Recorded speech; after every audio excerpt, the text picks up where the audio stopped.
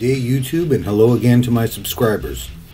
As some of you may remember, I made a few videos a while back in regards to the Twilight zones in an attempt to support a claim by a fellow YouTuber, D Marble. Well, to make a long story short, I demonstrated that the Twilight zones, when applied correctly according to the globe science, do work in the heliocentric model, and D Marble was incorrect in the smoking gun videos. Now, don't get me wrong, I don't believe the spinning spaceball theory for a second. It was a tough pill to swallow, but in the end, we knew the truth, and that's what this is all about. It wasn't long after that I made a video on the impossibility of a full moon in the daytime sky, using a simple 3D program, which in turn led to another video where I discussed the claim that the moon should go way outside the tropic lines during its monthly orbit of the Earth. Now, unless I'm missing something, that claim is no longer a valid debunk of the globe model.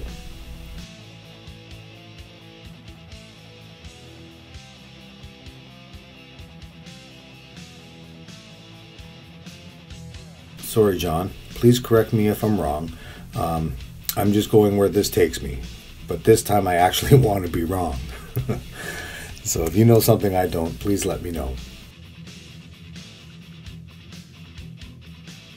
So, as if it isn't bad enough that two claims by two fellow flat earthers have been inadvertently debunked by another flat earther, myself, I have some more bad news for those that think Mercury's orbit is too small and it is too close to the Sun that we should never be able to see Mercury.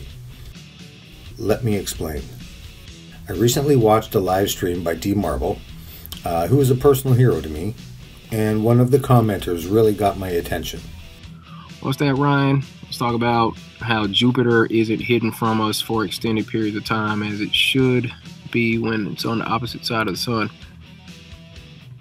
I'm going to have to look into that. Well, I started looking into it and drew it out in 3D. I got excited and I made a video about it. Then I remembered a very important rule when picking apart the heliocentric model. You got to play by their rules and their geometry and their math. So, I found myself questioning what do we really see from the side of a spinning sphere. So I deleted the video, pending further investigation, of course. Don't forget, the heliocentric model has about a 500-year head start on us. Well, me anyways. And nobody ever taught me any details about the Twilight zones other than day, night, and twilight, the period in between. So I had no idea what the angles were or what we should expect to see based on those angles. Now, I've seen other videos describing a tangent line of sight to the stars something like this, and the blue dotted line that appears to be slightly more than 90 degrees, we'll just say 90 degrees for argument's sake, and that this is a definitive cutoff from day to night, plus or minus dusk and dawn. Now, don't take it personal, John. I'm not picking on you. I've seen other channels using the same diagram, more or less, and it was one of your Coriolis videos that flat smacked me awake to the heliocentric deception, so it's your videos that kind of stick in my mind. As awkward as it might be, that was actually a compliment. Anyways, if this diagram is accurate, then I would have to agree that Mercury should never be seen, and should never have been discovered for that matter. But is it that cut and dry? That is the question. What do we see when we look to the sky from our perspective, and are these angles an accurate representation of our perspective from the dirt surface of a spinning ball? I mean, if it were a spinning ball, which it is not. It's flat and stationary. Hello? Anyways, I searched for diagrams that might help me get a better visual on what these angles might be according to the ball science, but all I found was these kind of depictions and some photos of varying degrees of darkness. So if this is all I have to work with, then it will have to do. So this is how I broke it down. There are two things to consider when I look at this problem. One is the angles at which we see our horizon, which is 180 degrees, flat plane, 360 degrees around you. To simplify that, if you were standing directly on the terminator, your line of sight from the day side to the night side of the Earth is dictated solely by your horizon. So from wherever you are, and no matter what the direction you look, you will never be able to see around the curve. I'm pretty sure we can all agree that this is a fact, according to the ball science. Now that we have established what the horizon means for the observer, we can start questioning how the line of sight angles relate to the horizon for an observer on the dirt surface of a spinning ball flying through space.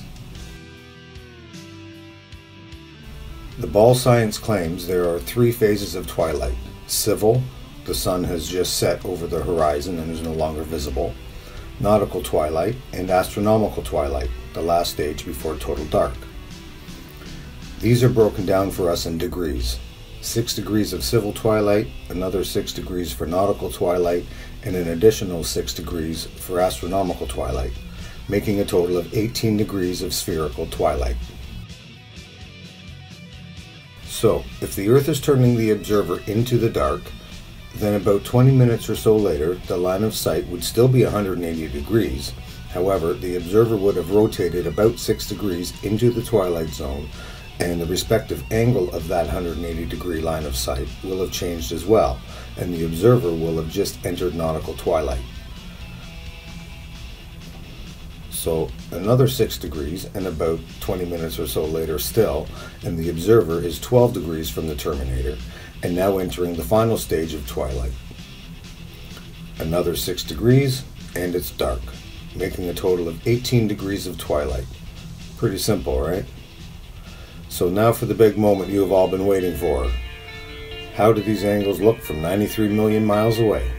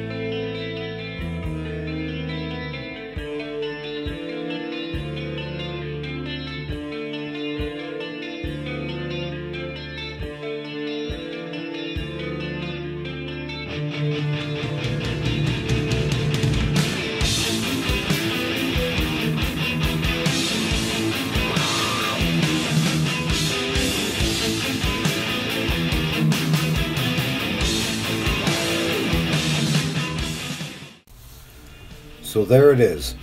Apply a little ball logic to the ball theory and it appears that the ball geometry works out as claimed by the ball science. But it's no surprise really. With more than 500 years of corrections made to the heliocentric model, the geometry would be the first thing that needed to be accurate. So after thinking my way through all of this, I feel secure in stating that it is possible to see Mercury during the twilight hours according to the spherical geometry and the line of sight from the surface of a spinning rock shooting through space. Again, I hope there is something that I'm missing or not aware of yet that will prove me wrong, but I think I covered it pretty well. Just for the record, I am not on a mission to debunk anyone or any claims made by anyone. I'm just putting this out there to save face and potentially embarrassing moments for any flat earther that uses the impossible Mercury claim as a globe model debunker.